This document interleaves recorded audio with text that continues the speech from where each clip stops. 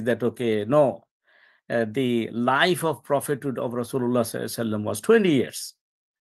And he is for sure that he in his mind, he is confirmed that it is 20 years, not 23 years. But actually, in reality, it is not 20 years, it is 23 years. So that's why, as when he would say that, okay, it is 20 years other than 23 years, and then he wants to stick to it, and that is called the al-jahl al-murakkab. So this person will be called al-jahl al-murakkab. Okay, so basically a person, he has got double ignorance. That is, he not only he doesn't know, but also he doesn't know that he doesn't know.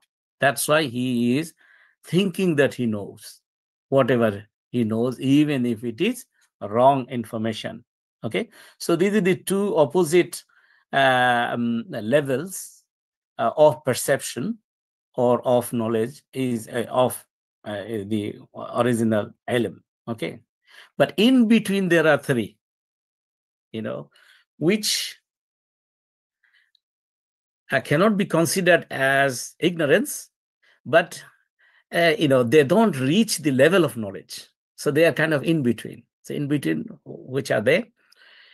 Okay, so now if we say that the worst level of knowledge is the jahl al-murakkab, that is the double ignorance, and the next level of what is it called? Not knowledge is simple ignorance, and just above it, it is called wahm, meaning the delusion. If we go into the desert, we see mirage. Yeah. So there is, we say, for example, we can have kind of a delusion that, okay, there is water there somewhere down there, but when we reach there, we see that no, water is not there. That is called wahm, the delusion. That means I perceive something, that there is water there, but actually it is very unlikely that water is there.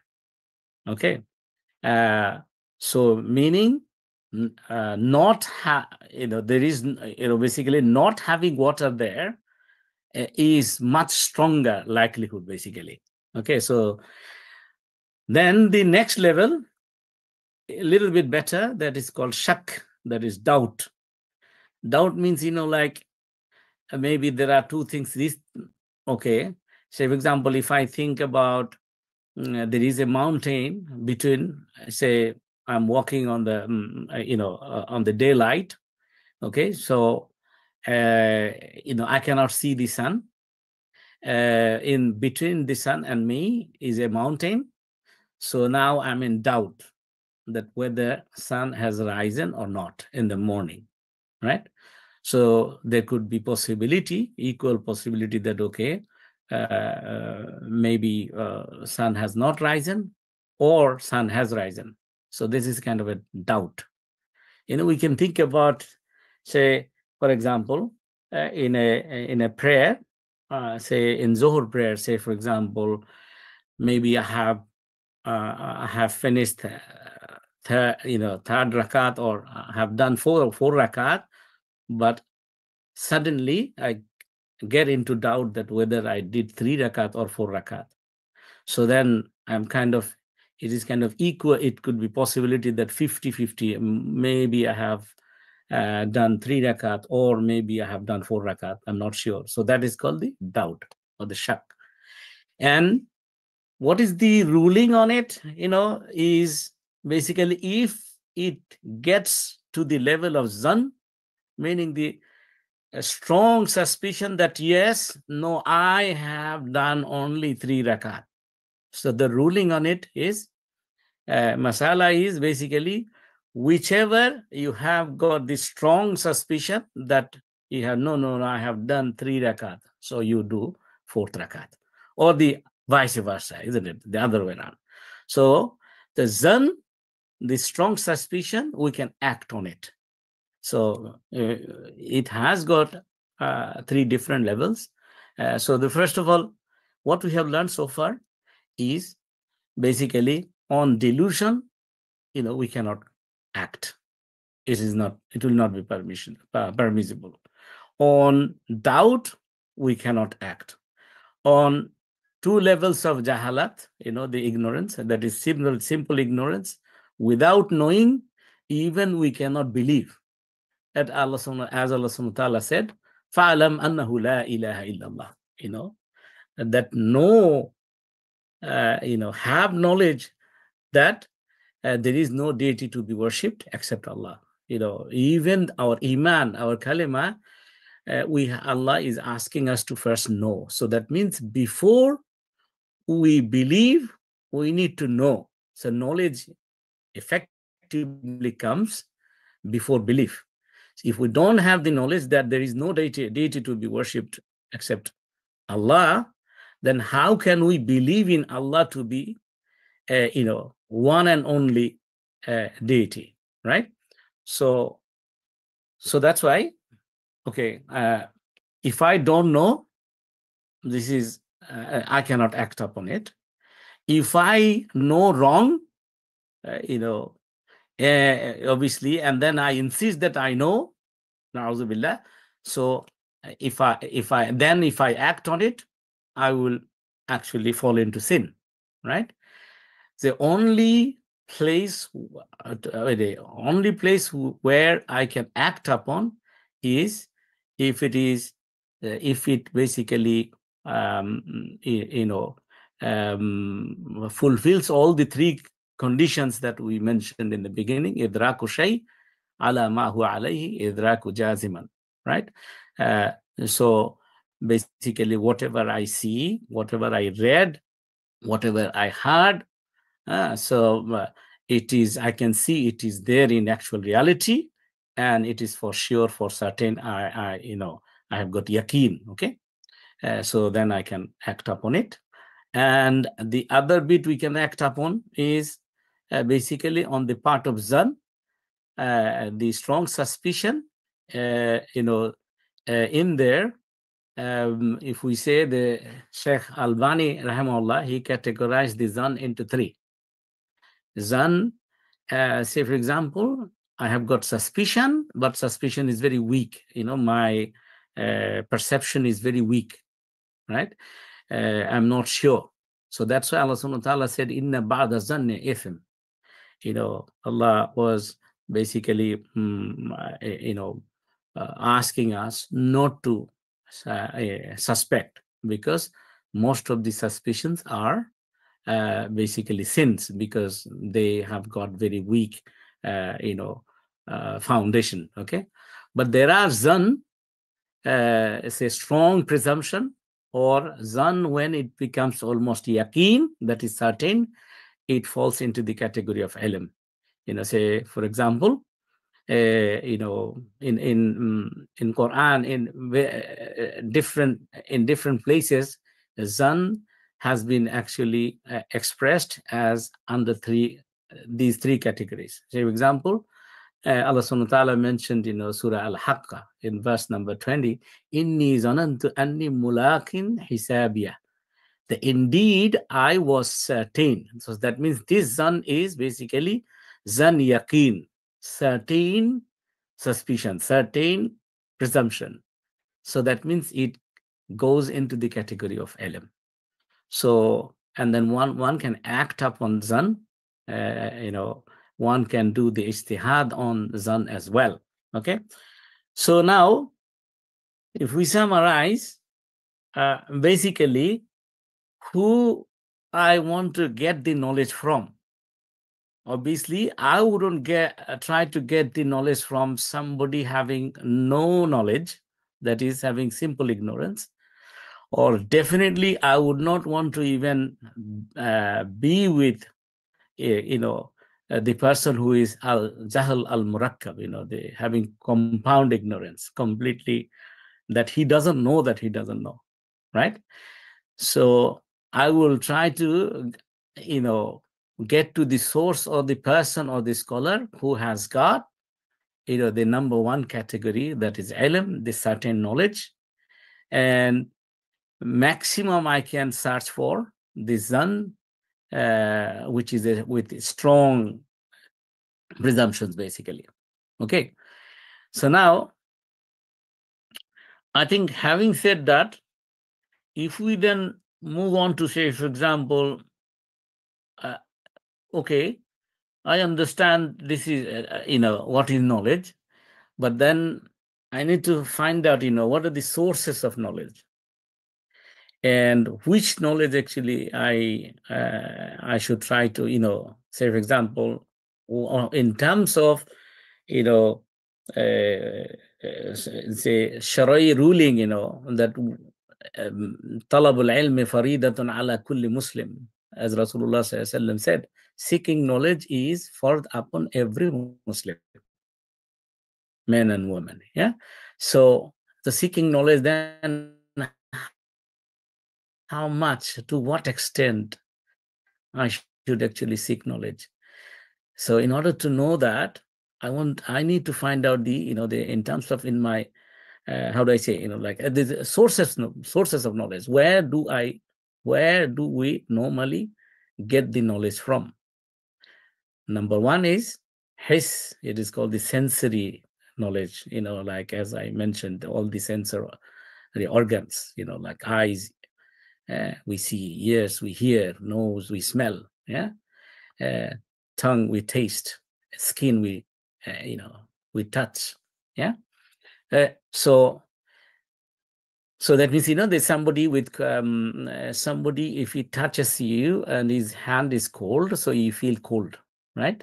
So that means his hand is cold. So I'm getting it from the sensory source.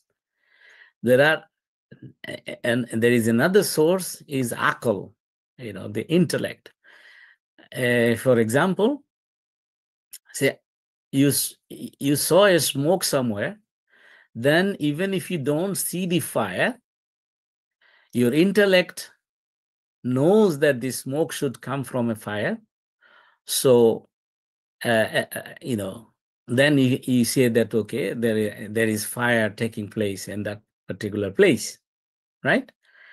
So that is also kind of knowledge that you can get through your akal. And this akal or intellect, actually, it helps progress the science and technology in the world. Yeah. Number three, very special category, is called the ilham. فَأَلْهَمَهَا فُجُورَهَا وَتَقْوَاهَا قَدْ أَفْلَحَ مَنْ زَكَّاهَا وَقَدْ خَابَ مَنْ دَسَّاهَا. That Allah subhanahu wa ta'ala has said, I have put ilham. It is like the intuition, or is a sudden thought or sudden vision into, into the minds or the hearts of the humans. Yeah. Fujur and taqwa, Allah said, the bad and the good, right? And it is up to them. Qad aflaha man zakkaha, those who take the path of purification, they will be successful. And it is up to them if he wants to take the path of corruption, then he will be doomed. So that means we know that stealing is bad, telling lie is bad, telling truth is good. These are all Allah subhanahu wa ta'ala has put ilham on us, in our heart, right? So that is the intuition. Sometimes it could be, say, for example, a vision coming to your mind, or maybe you can think about, your true dream. Yeah. As Rasulullah said, the true dream is 1/46 of prophethood. Okay. We can think about, on a practical level, the example could be, say, Newton's, gravitation law that Newton discovered. He was sitting, and suddenly in front of him, an apple fell on the ground, and then he was thinking that why did it fall on the ground? Why didn't it go to the sky? And from that momentary vision or the thought, he basically came out with the gravitation law, right? So this thought, it is intuition or ilham. Okay. Number 4 is the most important one, that is the revelation, wahi. Yeah. And we need to actually, when it comes to this idea that talabul ilmi faridatun ala kulli Muslim, that seeking knowledge is fard or the obligatory upon every Muslim, it is mainly actually indicating this knowledge of wahi. As Allah subhanahu wa ta'ala has mentioned, asked Rasulullah sallallahu alayhi wasallam to tell us, the Qul, say, O my Prophet sallallahu alayhi wasallam, hazihi sabili, this is my way. Ad'u ila Allah, I call people to Allah. Upon what? Ala basira. Basira means the knowledge I receive from the wahi, from the revelation, right? The certain knowledge that is coming from Allah subhanahu wa ta'ala. And Rasulullah sallallahu alaihi wasallam, Allah asked him to tell us that, so that he says, Ana wa man ittaba'ani, that is, this is my path, and it is the path for the people who want to follow me, meaning his ummah. Okay, so that means for us, we need to actually learn the knowledge of wahi, and that is our basically the obligatory knowledge.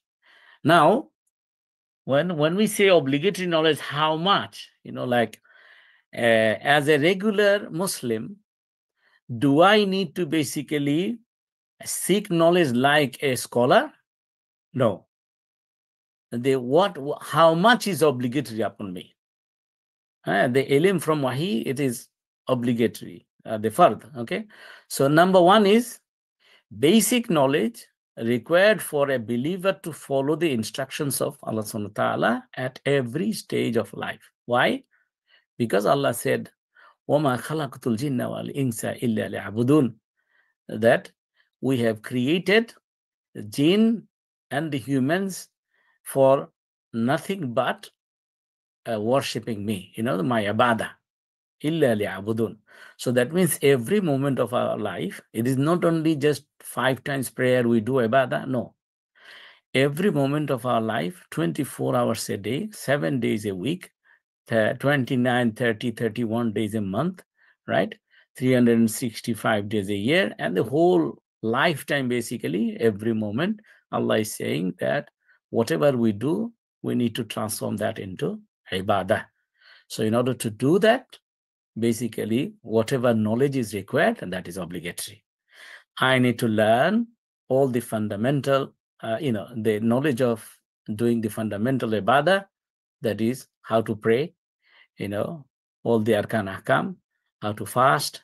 When Hajj becomes fard upon me, then its knowledge, seeking its knowledge will become fard upon me. When it becomes zakat becomes fard upon me, then the learning the knowledge of paying zakat, who to pay, will become obligatory upon me. So these are the just fundamental ibadah bit. What about the rest of the ibadah, which are mu'amalat, the engaging in the dunya, with the society, with the humans, with the family members, with friends, colleagues, yeah? So to engage in the dunya or the worldly affairs, every moment we need to follow the command of Allah. We need to seek his satisfaction, right? So sometimes it could happen, say, for example, any worldly activity or action we do, we can turn that into basically, the ibadah.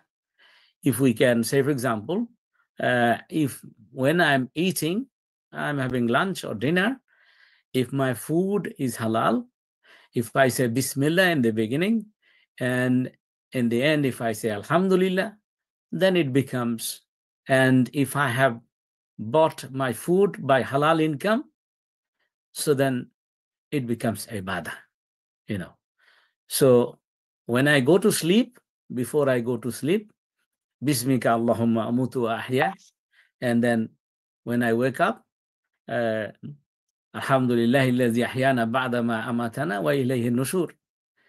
So it turns out to be ibadah. And it becomes even better if I do wudu before I go to bed, and before I sleep, I keep on reading, say, Surah Ikhlas, Surah Falak, Surah Nas, or 3 verses of, say, for example, last 3 verses of Surah Baqarah, Ayat al-Kursi, and they keep remembering Allah subhanahu wa ta'ala until I, basically go to sleep. Yeah. So then it becomes ibadah. Everywhere we have to turn our action into ibadah. But in order to do that, whatever knowledge is required to seek that required knowledge becomes obligatory upon me. What is the other level of knowledge that becomes obligatory?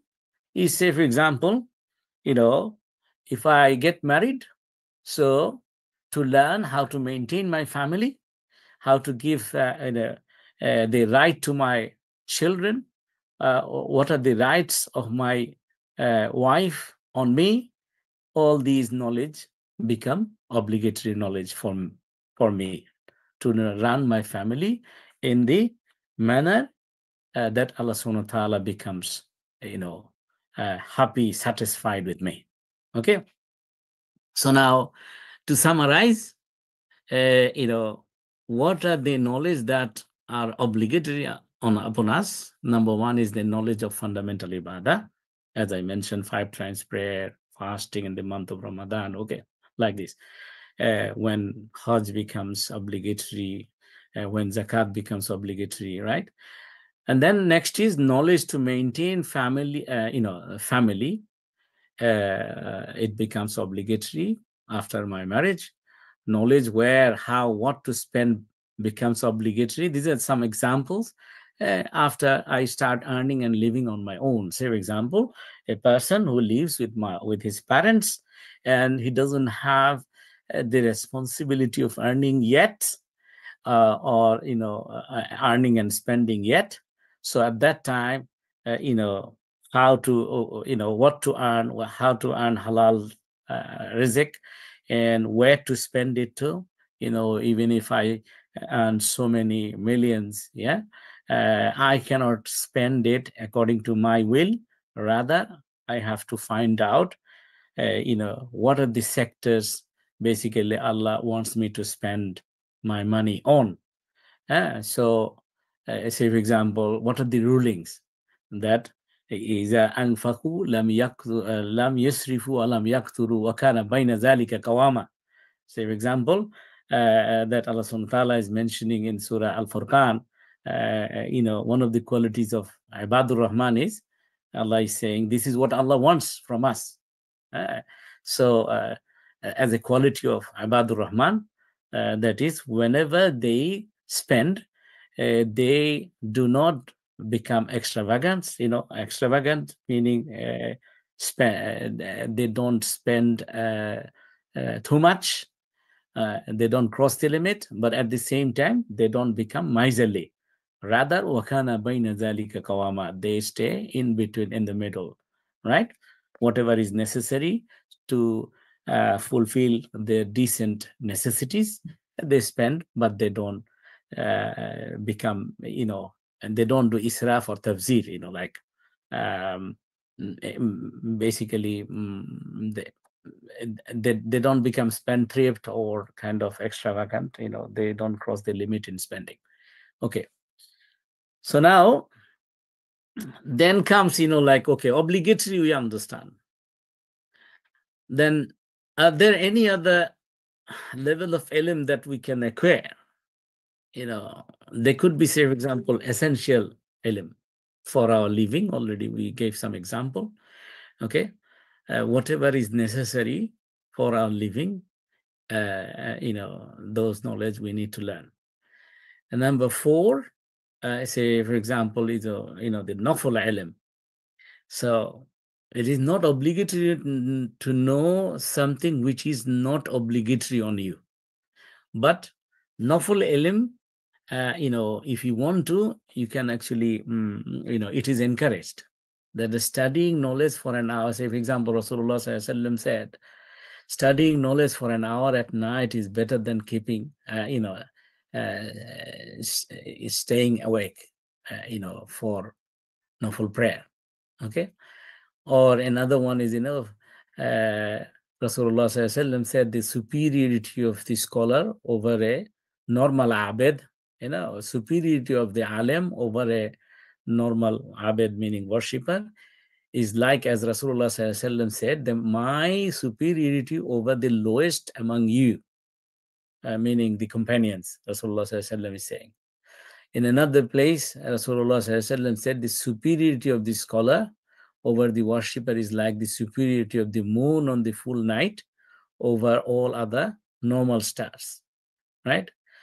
One faqih, one jurist, basically, obviously jurists are scholars, yeah, is stronger against shaitan than 1,000 worshippers. The knowledge, basically, at this point, maybe if I tell you a story that, I think all these are kind of, it will come in the excellence of knowledge, effectively. Say, when Adam alayhi salam, was thrown out of Jannah and thrown into this world, Allah subhanahu wa ta'ala said, "Qul nahbitu minha jami'a fa imma ya'tiyannakum minni huda faman tabi'a hudaya fala khawfun 'alayhim wa lahum yahzanun."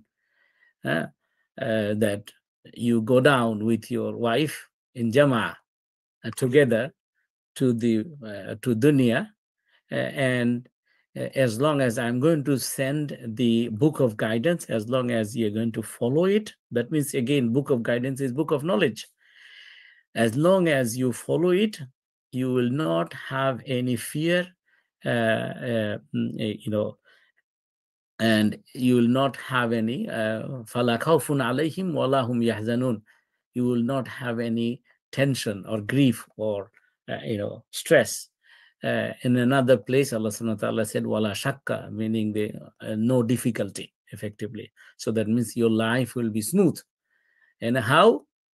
If you follow the book of guidance I'm going to send you, meaning the book of knowledge. The whole Quran is actually the book of knowledge. So now how knowledge saved Adam alayhi salam?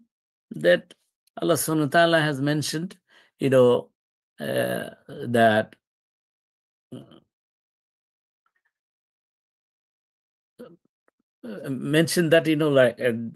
that Allah subhanahu wa ta'ala has taught him the dua, which is the Rabbana zalamna anfusana wa illam taghfir lana wa tarhamna lanakunanna minal khasirin. So when Allah subhanahu wa ta'ala has decided to basically forgive his shortcoming, Allah has taught him this dua, that is, again, knowledge. Dua is knowledge. So Rabbana zalamna anfusana, oh our Lord, we have done zulum, oppression on our nafs, on ourselves. Wa illam taghfir lana, please forgive us. Wa tarhamna, not only forgive, we need your rahmah as well. So we need your blessing as well. Otherwise, if you don't forgive us, if you don't put your blessing, the rahmah, on us, then we are going to be doomed. We are going to be among the khasirin. We are going to be from among the losers. So maybe I stop here. I think I've gone over the time. So maybe if I stop here, if there is any question on this. So far, what I did, I talked about is the main definition of ilm, what is ilm and what is not, and the sources of knowledge, among them wahi, the revelation, meaning the Quran and hadith of Rasulullah sallallahu alaihi wasallam. And I didn't mention that there are 3 types of hadith or sunnah of Rasulullah sallallahu alaihi wasallam, which are qawli, fa'li, takriri, whatever he said, whatever he did, and whatever he approved. Said, did, approved. These 3 things are called the hadith of Rasulullah sallallahu alaihi wasallam. So that you can say there are 4 sources, the main sources: the Quran, and among the hadith or the sunnah of Rasulullah sallallahu alaihi wasallam, 3: whatever he said, whatever he did, sallallahu alaihi wasallam, and whatever he approved. All these are kind of the pure main sources of our knowledge of Islam. And there are some other sources, derived sources. Maybe we'll talk about that in the next session. Wa akhiru da'wana alhamdulillahi rabbil alamin. Jazakallah khair, Sheikh. MashaAllah, very enlightening talk. And so, as the Sheikh mentioned, if you have any questions, you could put it in the chat on the Zoom, and then inshallah we'll be able to answer it. And in the meantime, if you guys are thinking of questions, I just had two quick questions regarding the talk.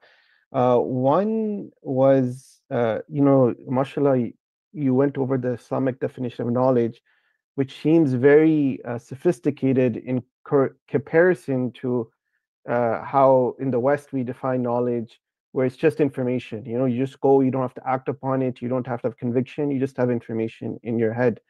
So the questions I have is, one, is there any book that you could recommend that perhaps we can read to kind of get a summary of the Islamic conception of knowledge?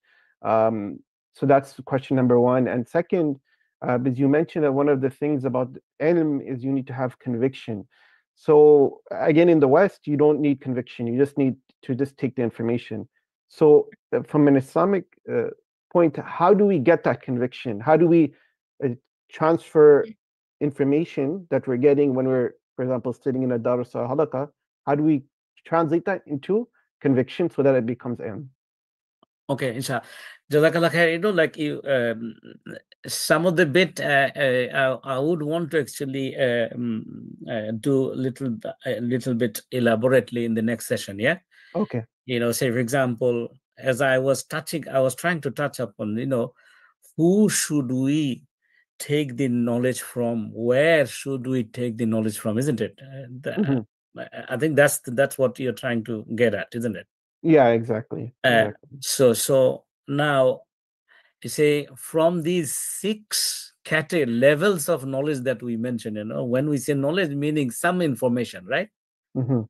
6 levels of information I have, and out of that, there's just only one category actually gets considered as knowledge according to Islam, right? So now, if you think that from there, actually, there is a clue there.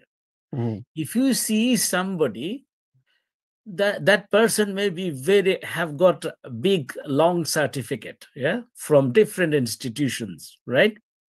But you see that, the person has got a habit of,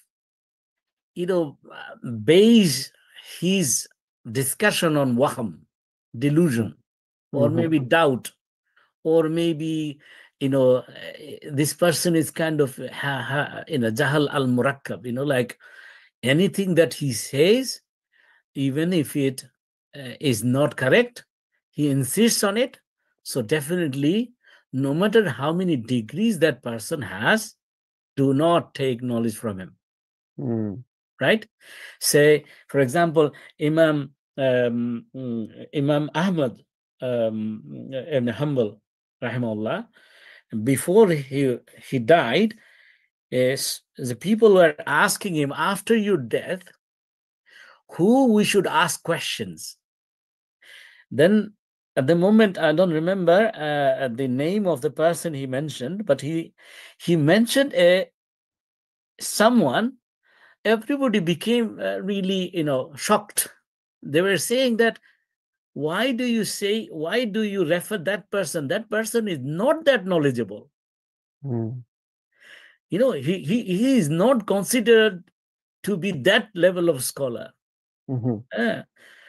So then Imam Ahmad bin Hanbal, rahimahullah, he said that he is an honest person, he is sincere person. When there is ikhlas there, Allah will help him get to the true decision, true knowledge. Can you see? So that's why it is, who is Jahil al-Murakkab? Basically, those who have got arrogance, isn't it?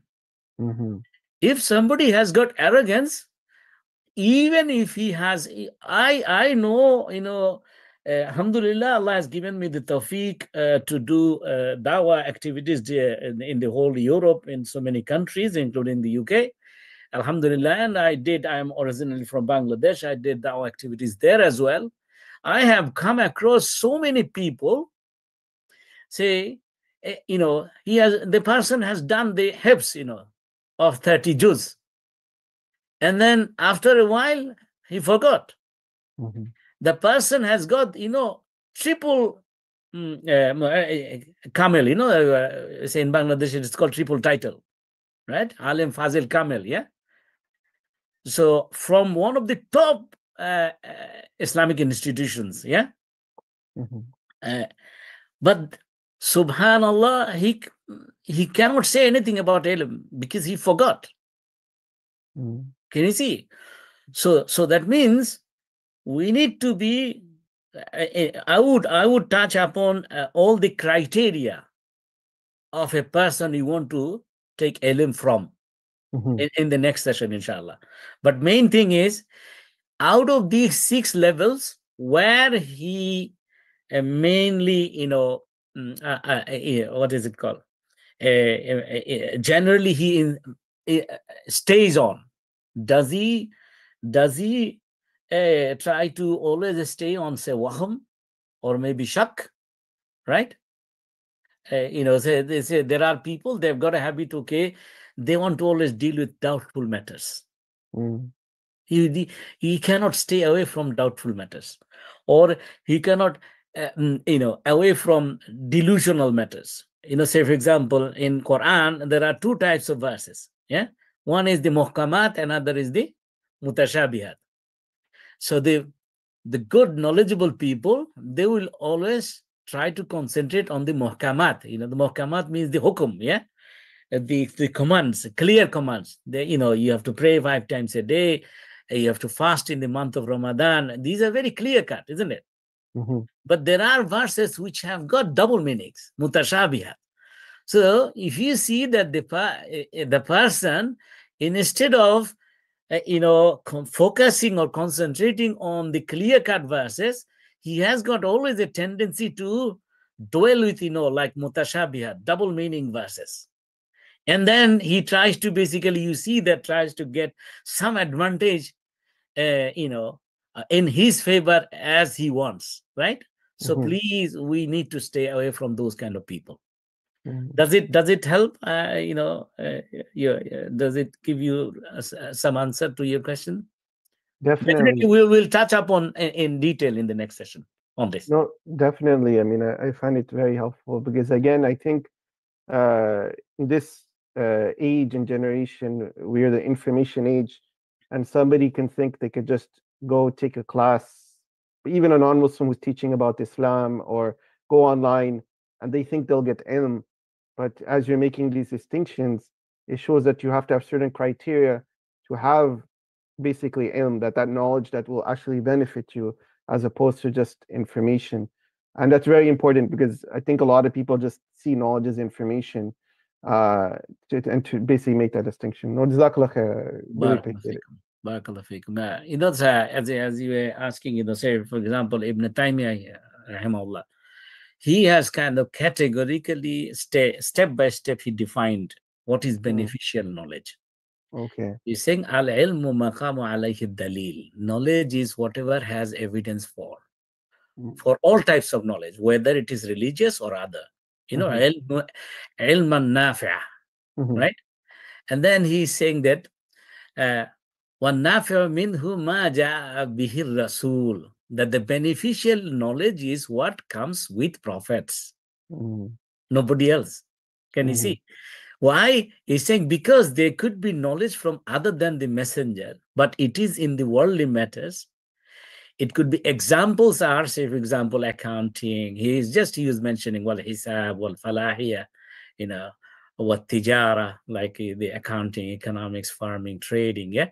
So if, as long as it is beneficial, say, for example, Rasulullah Sallallahu Alaihi Wasallam said that إِذَا مَاتَ الْإِنسَانِ إِنْ قَطَعَهُ عَمَلُهُ إِلَّا مِنْ ثَلَاثٍ, that whenever a man dies, all his amal, the door of all his amal gets closed, isn't it? mhm, Except 3. What are mhm, these 3? Sadaqatun jariyah, which is, mhm, the charity in perpetuity, yeah? And then ilmun yantafa'u bih, whatever knowledge he has left that is beneficial. And the third is waladun saleh yad'u, that is the righteous children who basically pray for their parent, right? So you can see it is ilmun nafi'a, ilmun yantafa'u bi. Any ilm that is not beneficial is not ilm. Simple. Say, again, he is mentioning like this: wal ilmul mamduhu alladhi dalla alayhi al-kitabi was sana, what is it? Was sunnah alladhi warasatul anbiya. That is the praiseworthy knowledge indicated by the book. Kitab means the Quran, and the Sunnah of Rasulullah sallallahu alaihi wasallam, which was inherited by the prophets.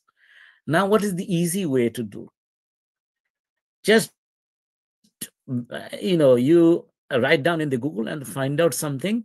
You may find out, say, for example, I see that, we Sunnis, we are Sunnis, isn't it? I see that in the online, whenever I search in the Google, there are Shia websites more than the Sunni websites. I don't know whether you have come across. So now, if I don't know, how can I I may fall into this serious trap of maybe swearing at Abu Bakr radiallahu anhu, Umar radiallahu anhu, na'uzubillah, isn't it? Khulafai Rashida. So that's why what I need to do is I need to be guided by an alim, at the least, who I trust. Trust that he will not tell me any knowledge. He will not answer to any of my questions if he doesn't know. If he doesn't know, he will say, I don't know. He will be sincere. But at the same time, he will be dynamic as well. He will not be lazy, that he would not stop there. I would have to basically keep the companionship with such alims, those who are sincere, those who have got the courage to say that la adri, I don't know. Not every question that they have to come out with answer, no. As Imam Malik rahimahullah, he was approached by a person with around 40 questions, which he brought from his village, hundreds of thousand miles away he came from.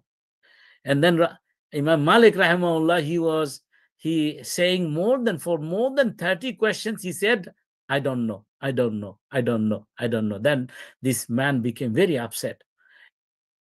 He was saying that, oh Imam, knowing that you are the best alim in the world at the moment, I came here, and you are saying you don't know more than 30 questions. Just tell me, there are questions I brought from my fellow villagers. Yeah. What should I tell them? That I met Imam Malik, what should I tell them? Do you know what Imam Malik said? Imam Malik said that, tell them that Malik doesn't know. Wow. Can you see? SubhanAllah. So that's the, inshallah, I think I should stop here. Yeah. Jazakallah khair. It's very enlightening. And it looks like we're out of time. So if anybody has any questions that you could think of after this podcast, I put the email in the chat, and as well as the link to the website risaalah.tv. You could put it through that. And just a quick announcement before we close. We're going to be having a session on December 22nd with Sheikh Emran on the topic of marriage and family according to Quran and Sunnah. So that will be our next session, December 22nd at 5 p.m. Eastern Time. And then the next session for this series on ilm will be on December 28th, inshallah, and we'll update you all regarding this. I guess you guys are all signed up, so we'll update you the details. Jazakallah khair, Sheikh Imran, for giving us just your time. a quick point. On the 22nd, was it 22nd? Is it? I believe that's what it says on the flyer. So it will be Q&A session on family and marriage, inshallah. Q&A, Q&A session. So if you have got questions, inshallah, I think there will be some Brother Muhammad Ashraf, he would be able to tell us better. There will be opportunity for people to write questions somewhere, I think. Before the event, inshallah. Okay, perfect. Jazakallah khair. Sheikh, Brother Muhammad, if you want to mention anything, otherwise we can close off. Yeah. Inshallah, you can close. Jazakallah. جزاك الله خير. جزاك الله شيخ. See you soon. Inshallah. Jazakallah khair. السلام سبحانك عليكم. اللهم وبحمدك أشهد أن لا إله إلا أنت أستغفرك وأتوب إليك. السلام عليكم ورحمة الله. وعليكم السلام ورحمة الله وبركاته.